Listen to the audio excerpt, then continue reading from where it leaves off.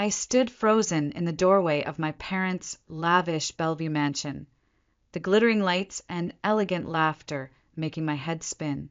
Crystal chandeliers sparkled above tables dressed with pristine white silk and delicate arrangements of oversized peonies, their fragrance thick in the air. A violin hummed softly from the corner, serenading guests in designer gowns and tailored suits, each holding champagne glasses filled with bubbles worth more than my monthly rent. But tonight, I wasn't here to admire their extravagance. My grip tightened around the wrinkled medical file in my hands, its cold, clinical words echoing relentlessly in my mind. Emergency heart surgery required. Total cost, $50,000. Immediate action necessary. My throat was dry, my heart pounding as I stepped hesitantly forward. Through the crowd, I spotted my mother, Vivian, dazzling in a pearl-colored dress, diamonds shimmering at her throat. She caught sight of me and stiffened immediately, her eyes turning icy cold, her polished smile fading into tight-lipped irritation as she approached. "Julia," she whispered sharply, her voice soft yet cutting like a knife. "Do you realize what day this is? This is your brother Brandon's pre-wedding celebration, planned months ago. Must you make a scene right now?" I swallowed hard, struggling to maintain my composure as shame and desperation burned through me. Quietly, I opened the medical file, holding it up like a plea for mercy. "Mom," I whispered, my voice breaking slightly. "Lily, your granddaughter, is in the hospital. She needs surgery in 3 days or we might lose her. I'm not asking for much. Please, just help me this once." She glanced briefly at the file, her gaze quickly shifting away, indifferent as if I'd just shown her something trivial. Her eyes flickered to Brandon, who stood nearby with his fiancée, Kelsey, sipping champagne as though he hadn't a care in the world. "Brandon," Vivian said coolly, her tone dismissive, "your sister believes it's our responsibility to fund her life decisions. What do you think about that?" Brandon smiled a cold, humorless grin, lifting his glass in a mock toast. "Julia," he said calmly, loud enough for others nearby to overhear, "we've already spent $500,000 on this wedding. Your daughter, your responsibility. Don't make your problems ours." A ripple of amused whispers passed through the small circle around us, each sound slicing deeper into my soul. My cheeks burned with humiliation, and my heart sank beneath the weight of their cruel laughter. I turned quickly, pushing past well-dressed guests who parted with quiet murmurs. I stepped out into the Seattle drizzle, cold rain mingling with my silent tears, soaking through my thin coat. I vowed right then, shivering in the darkness, clutching my daughter's medical report against my chest, that I would never again beg these people for help. But little did I know, life would soon force them back into my path. Only this time, they would be the ones begging, pleading for my mercy. And by then, everything had changed. After driving home in numb silence, I stepped into our modest apartment in downtown Seattle. Daniel rushed over, his eyes filled with hope, quickly fading when he saw my face. "They said no, didn't they?" he murmured softly, pulling me into a gentle embrace. I didn't answer right away, letting the silence speak for itself. Finally, I whispered, "They said Lily's our responsibility. They refused to help her." His jaw tightened, eyes briefly flashing anger, but he said nothing.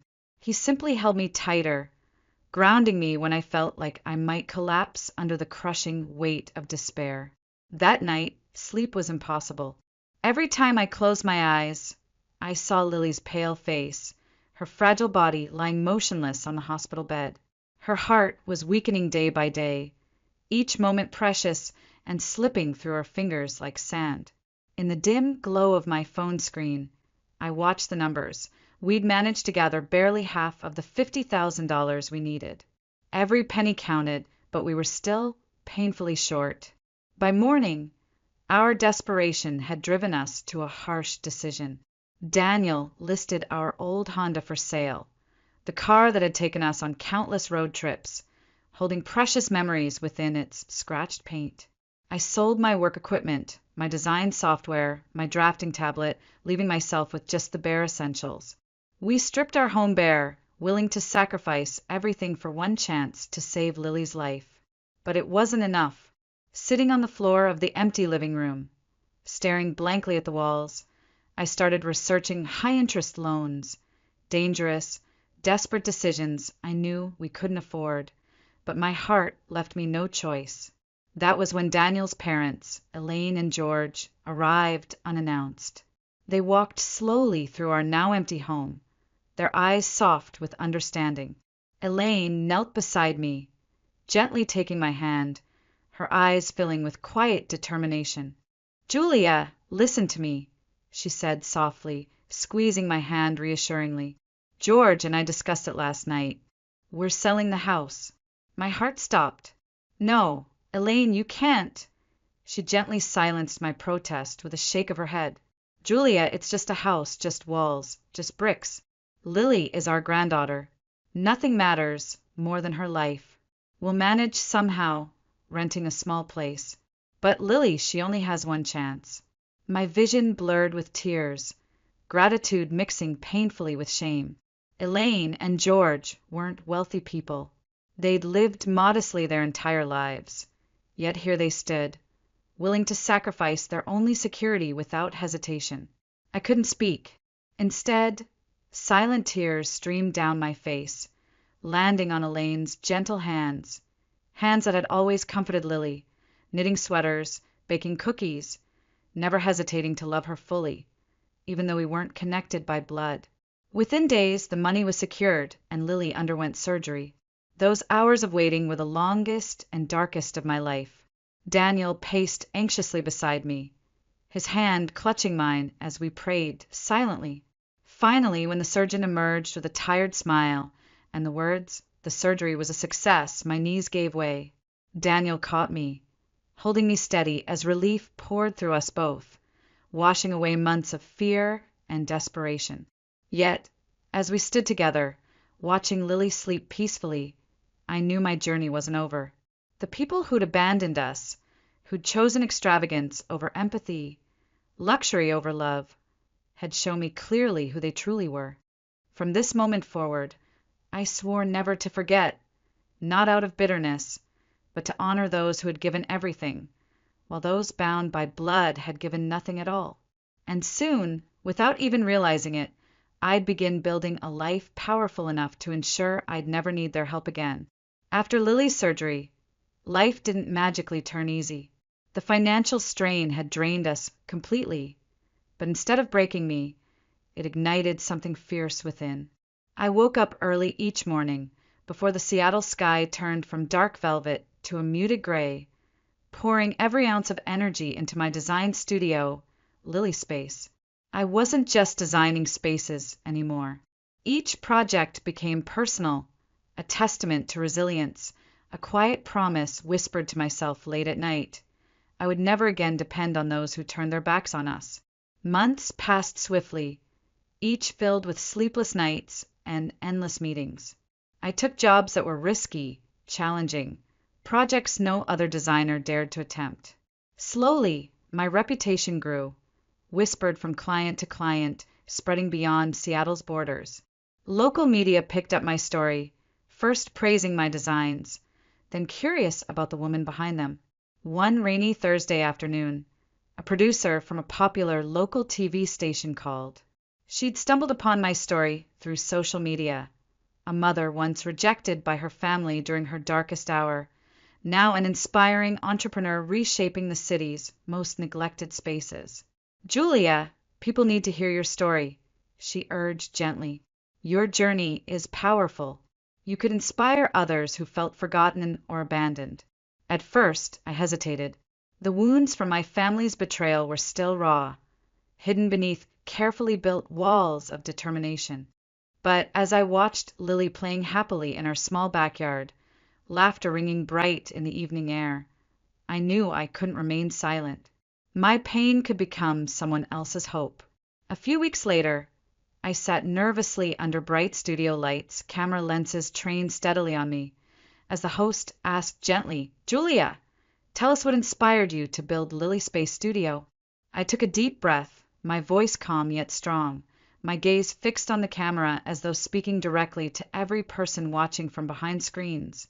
When my daughter was gravely ill, I asked my own family for help.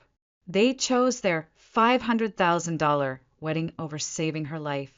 That moment taught me that love isn't always guaranteed by blood. Sometimes it comes from those who have nothing left to give, but still give anyway. I built Lily Space not only for Lily, but for everyone who feels they've nowhere to turn. I learned you don't need those who abandoned you. You just need to remember who stood by you when nobody else would. The interview aired that weekend and quickly went viral. Messages poured in from strangers sharing their own experiences. Stories of rejection, isolation, and quiet triumph.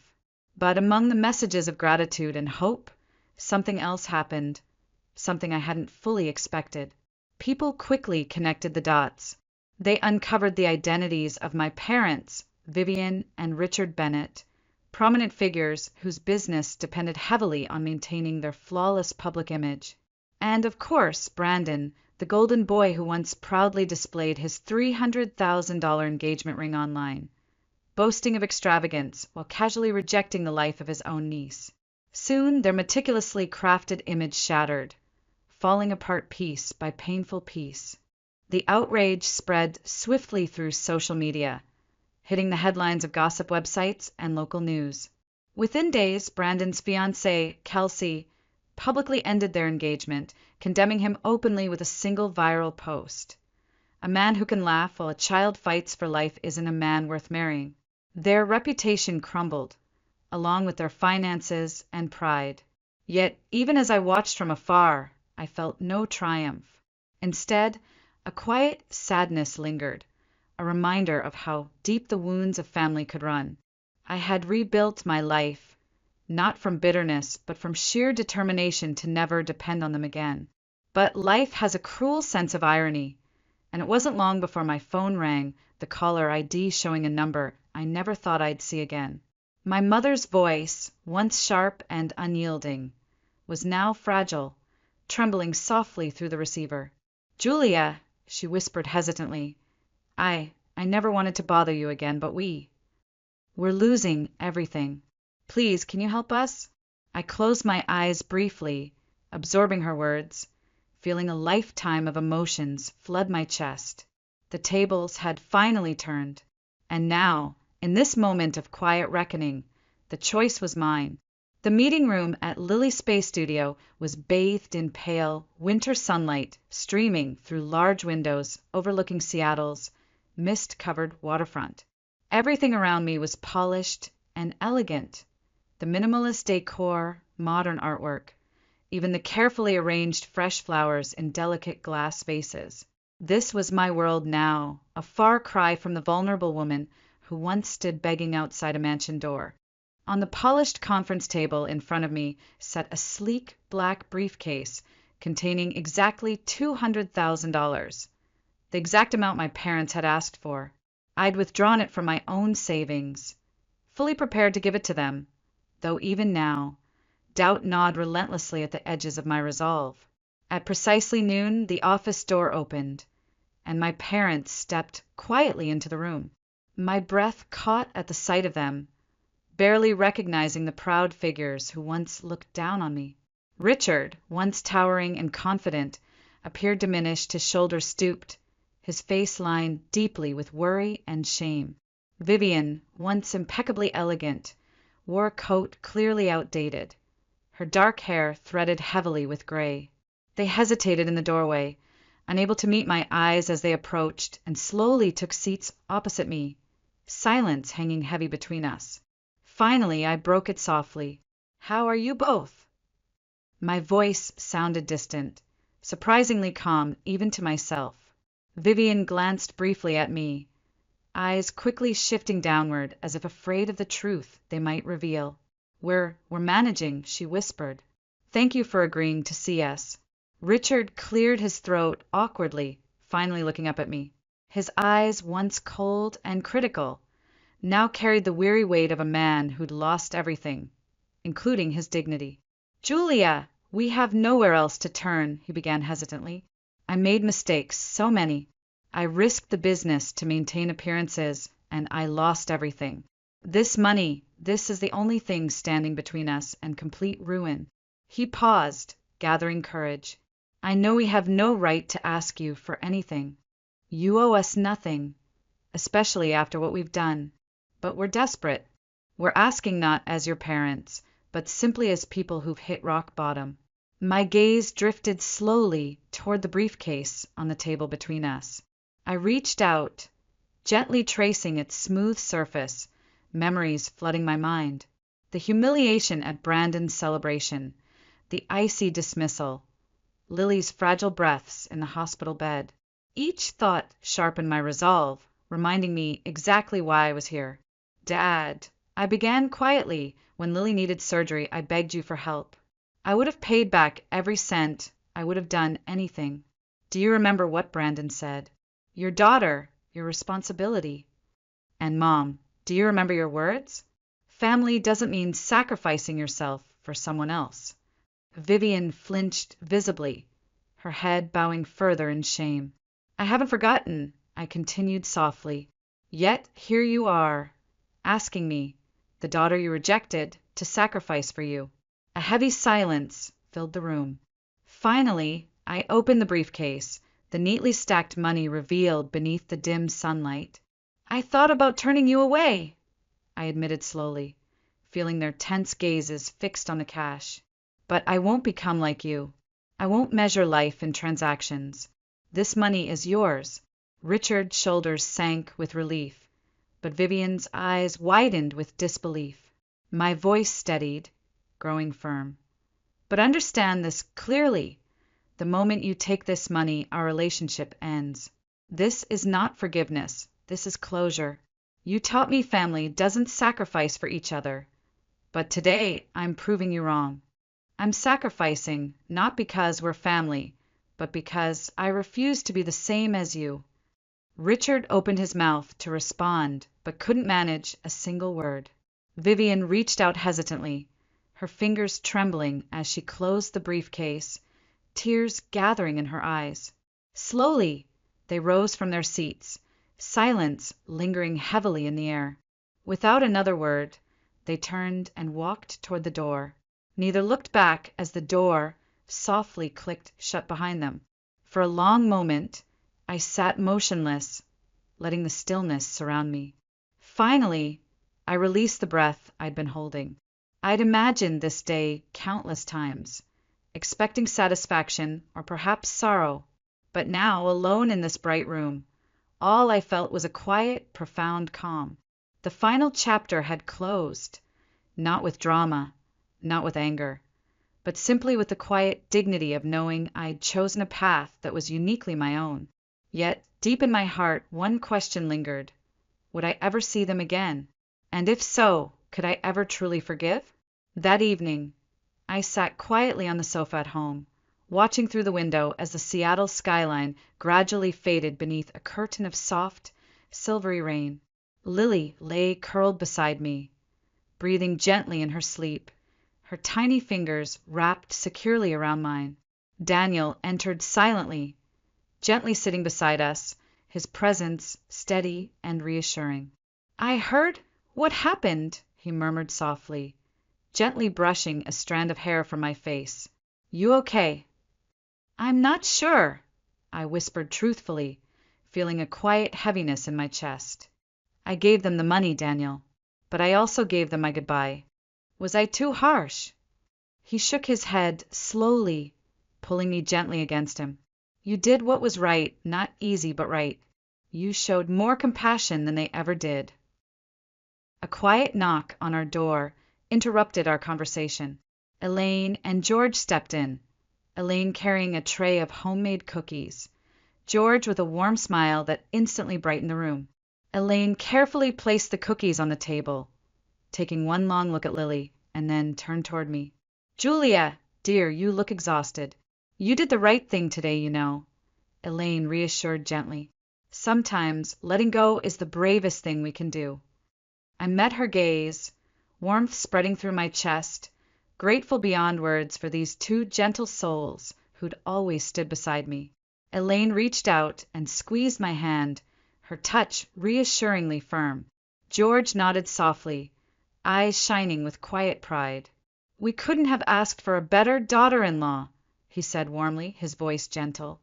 "Family isn't about who shares your blood. It's about who shares your heart."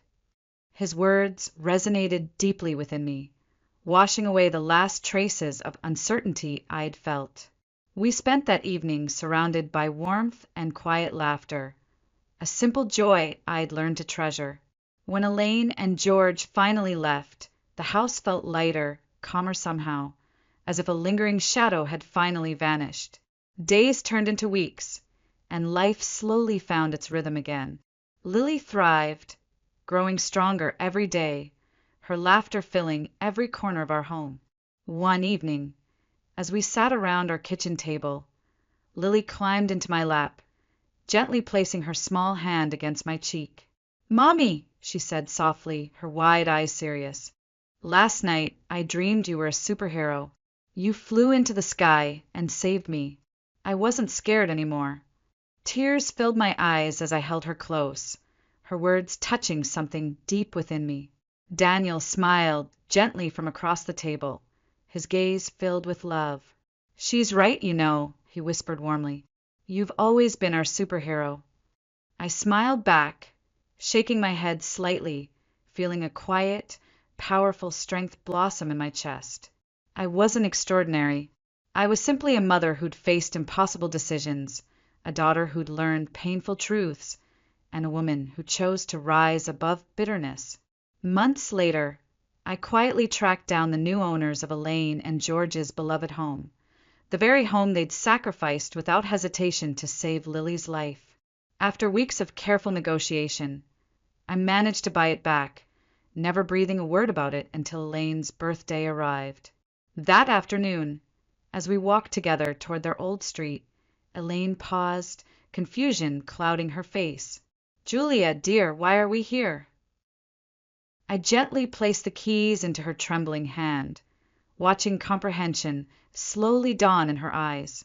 "We're home, Elaine," I whispered softly. "You gave up everything for us. Now it's our turn to give it back." She stared at me silently, tears streaming quietly down her face. Beside her, George squeezed her hand tightly, his own eyes bright with emotion. Inside the house, Lily ran straight toward the kitchen, calling out excitedly, "Grandma! Grandpa! This means pancakes every morning again, right?" Elaine laughed through her tears, kneeling to embrace Lily tightly, the warmth of their joy filling every inch of the home. Watching them, I knew this was exactly what family meant: unconditional love, sacrifice without hesitation, bonds built by choice rather than blood. As I stood quietly, Daniel slipped his hand into mine, leaning close. "You did this," he murmured gently. "You made it through everything. I'm proud of you." I nodded, a quiet peace settling within me. This wasn't revenge. It wasn't triumph. It was simply healing, the powerful, gentle kind that comes from moving forward without forgetting those who stood beside me at my lowest. From now on, every morning would begin with love, laughter, and the knowledge that family was defined not by blood, but by the strength of hearts willing to stay when the rest of the world turned away. Time moved forward, steady and gentle, like the rhythm of waves along Seattle's shoreline. Our lives blossomed quietly, beautifully, rich not in extravagance, but in love and gratitude. Lily grew stronger, her bright laughter echoing through Elaine and George's cozy home each morning. Daniel continued supporting me silently, steadfastly, his love grounding me through every storm. Lily's space studio flourished, reaching heights I'd once never dared imagine. The magazine interviews, the media coverage, it had all faded into comfortable normalcy. But one afternoon, as I sat quietly at my desk, an unexpected phone call pulled me sharply back into the past. It was Brandon. "Julia," he began hesitantly, voice stripped of the arrogance that once defined him. "I know you probably don't want to talk to me, but please just give me a minute." I hesitated, my heart tightening slightly, but finally answered softly, "Go ahead." He took a shaky breath. Everything fell apart after the wedding was canceled. The business, our parents, our family, it's all gone. I thought being successful meant never needing anyone, especially not you. But I was wrong. I've lost everything. I have nothing left, Julia. I listened silently, the raw honesty in his voice cutting deep. I no longer hated Brandon. In truth, I pitied him. He had been raised to chase appearances, taught that love was conditional and success purely superficial. But pity wasn't forgiveness. "Brandon," I answered quietly, feeling an odd sense of calm, "you chose this. All I ever wanted was to belong, to feel loved. Instead, you made sure I felt worthless. I wish you no harm, but I also can't save you from the life you built. It's time you faced it alone like I once did." He was silent, and then a soft whisper, "I understand. I just wanted you to know that I'm sorry." I hung up gently, exhaling a long breath. There was no satisfaction, just quiet closure. I'd learned forgiveness doesn't always mean reunion. Sometimes it simply means releasing your pain and moving forward. The years passed gently after that. Elaine and George filled Lily's childhood with warmth, wisdom, and endless pancakes. My parents never reached out again, and I made peace with that quiet emptiness. Family, I'd learned, wasn't always something you were born into. Sometimes it was something you created from love, trust, and loyalty. One warm spring evening, as the golden sunset painted Seattle's sky, Lily crawled into my lap again, now older but still with the innocence of childhood. She gazed up at me, her voice soft but confident. "Mommy, do you remember when I dreamed you were a superhero? Well, now I know why. You saved me. You saved all of us." I hugged her tightly, tears stinging my eyes as I whispered back, "No, sweetie, you saved me." She smiled gently, placing her hand over my heart. Then we saved each other. As darkness fell over our home that night, I lay quietly beside Daniel, listening to his gentle breathing, feeling an overwhelming gratitude I'd never known before. I'd faced pain, betrayal, loss, but I'd emerged stronger, wiser, and more compassionate. Today, I no longer wake up burdened by the past. I wake up thankful for Lily's laughter echoing down the hallway, for the gentle strength of Daniel's presence beside me, for Elaine and George's unconditional love. Most of all, I'm thankful for the life we built from ashes, a life defined not by revenge, but by resilience, love, and healing. In the quiet hours before dawn, as I look toward the horizon, I know with absolute certainty I didn't need revenge. I only needed courage to rise, to heal, and to forgive without losing myself. And in the end, that was more powerful than revenge could ever be.